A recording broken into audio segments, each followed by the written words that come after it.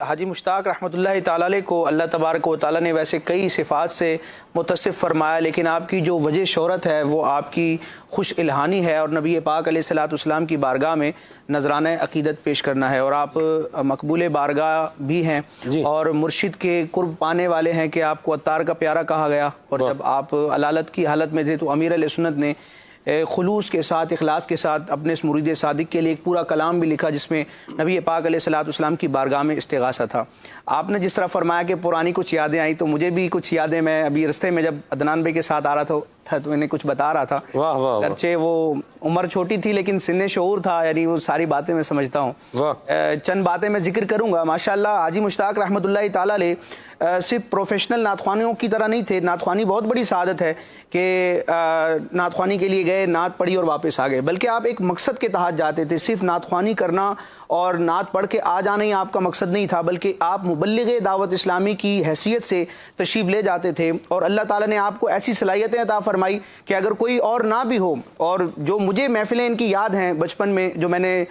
دیکھی، تو تقریباً شروع سے آخر تک انہی کا سلسلہ ہوا کرتا تھا، تلاوت، پھر نعت، حمد، اور پھر بیان، پھر ترغیب، صلاۃ و سلام، دعا کے بعد ملاقات، یہ سارے الحمدللہ یہ خود معاملات کیا کرتے تھے۔ آپ رحمۃ اللہ تعالی علیہ نعت خوانی کے ساتھ ساتھ علم سے بھی شغف رکھتے تھے، اور آپ کا علم کئی موقعوں پر ظاہر ہوتا تھا۔ مجھے جو ایک واقعہ اپنے بچپن کا یاد ہے،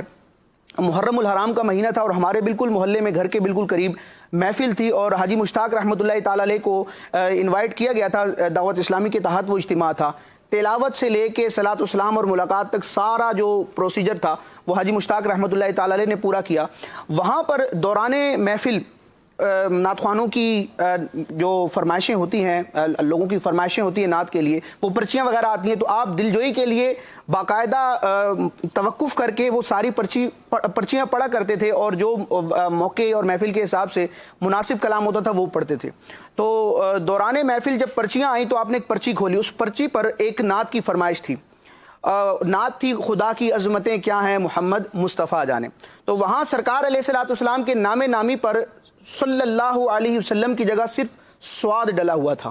تو آپ نے رک کر وہاں پرچی پڑھی اور فرمایا کہ یہ بہت پیارا کلام ہے اور میں ضرور پڑھوں گا، اور انہوں نے وہ کلام پڑھا بھی تھا، لیکن ساتھ میں تنبیہ فرما دی۔ امام اہل سنت اعلیٰ حضرت اور بزرگوں کا انداز بھی اسی طرح نظر آتا ہے۔ مجھے فتاوی رضویہ کے 2 فتاوی ابھی ذہن میں ہیں کہ اعلیٰ حضرت سے سوال ہوا، اب سوال کے دوران پوچھنے والے نے سرکار علیہ الصلوۃ والسلام کے نام کے ساتھ سواد ڈال دیا،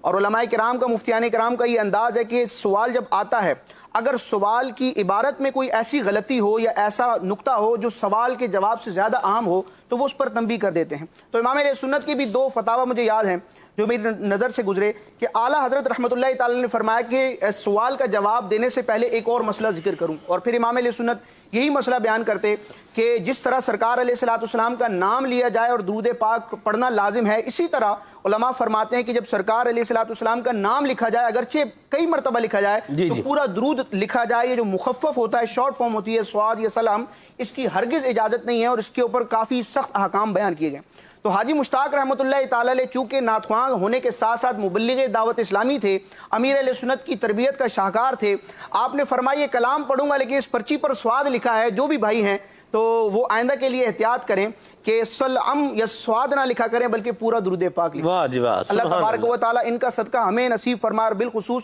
جو نعت خواں ہیں، جو حاجی مشتاق رحمۃ اللہ تعالی علیہ کی خاص فیلڈ تھی، اس فیلڈ کے افراد ہیں، ان نعت خوانوں کو بھی چاہیے، اور الحمدللہ دعوت اسلامی کہ مدنی ماحول سے جو وابستہ مبلغین ہیں، جو نعت خواں بھی ہیں، الحمدللہ ان کا بھی یہ انداز نظر آتا ہے کہ صرف نعت نہیں پڑھتے بلکہ امت کی اصلاح کے لیے مدنی پھول بھی عرض کرتے رہتے ہیں۔